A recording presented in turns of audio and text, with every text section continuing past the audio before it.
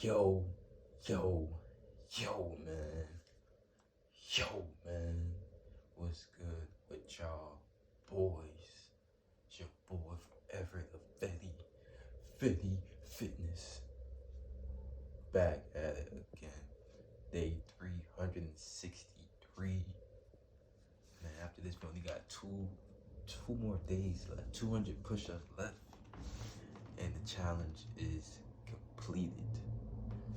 Every single day, posted the vid, 100 push-ups, put in pain every day, no matter what.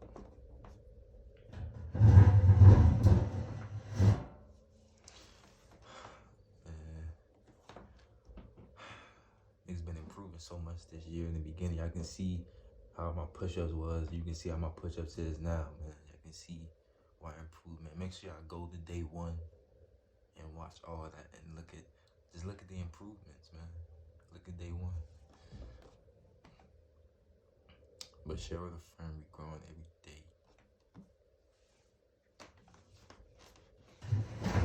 Yeah, okay. It had to happen. So now faith is where I stand on the things I expect while I prove the things I cannot see. That's all this did. I stood on it. I literally expected it so much I knew it could not happen. Could not happen. Yeah, okay. It had to happen. So now faith is where I stand on the things I expect while I prove the things I cannot see. Here's one of the biggest problems you've had your entire life.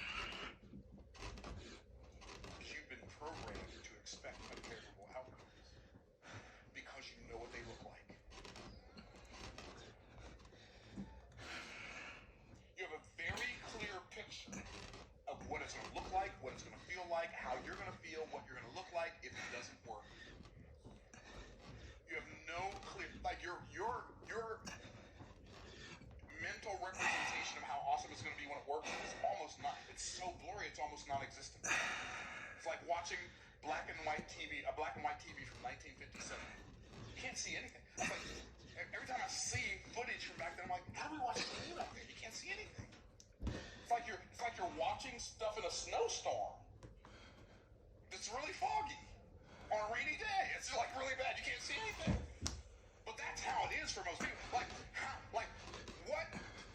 We've had so many painful experiences that we've erroneously labeled as bad. Let me say that again. We've had so many painful experiences that we've erroneously labeled as bad. Because we think that everything that feels bad is bad and everything that feels good is good. But everything that feels bad is not bad. And everything that feels good is not good.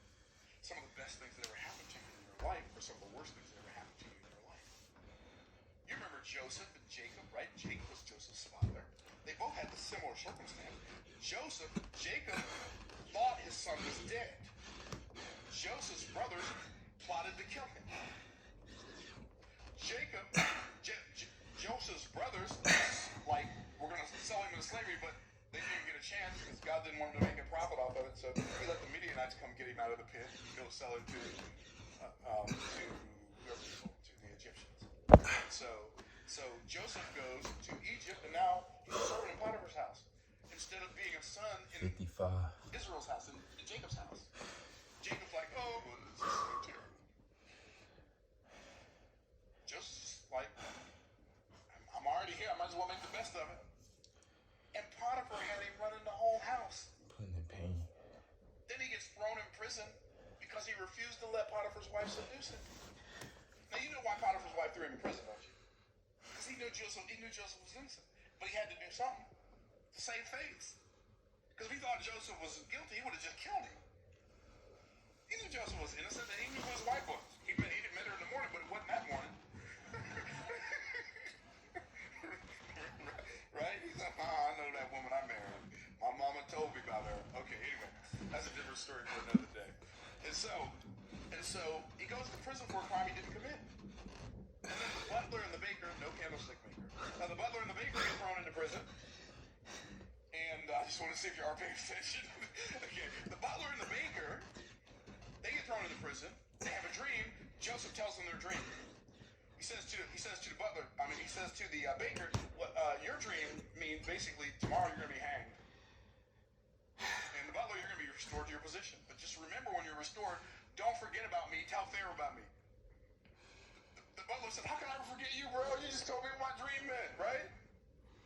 And so, sure enough, the butler gets out. He forgets about Joseph. Oh, that's so terrible. Joseph just kept doing.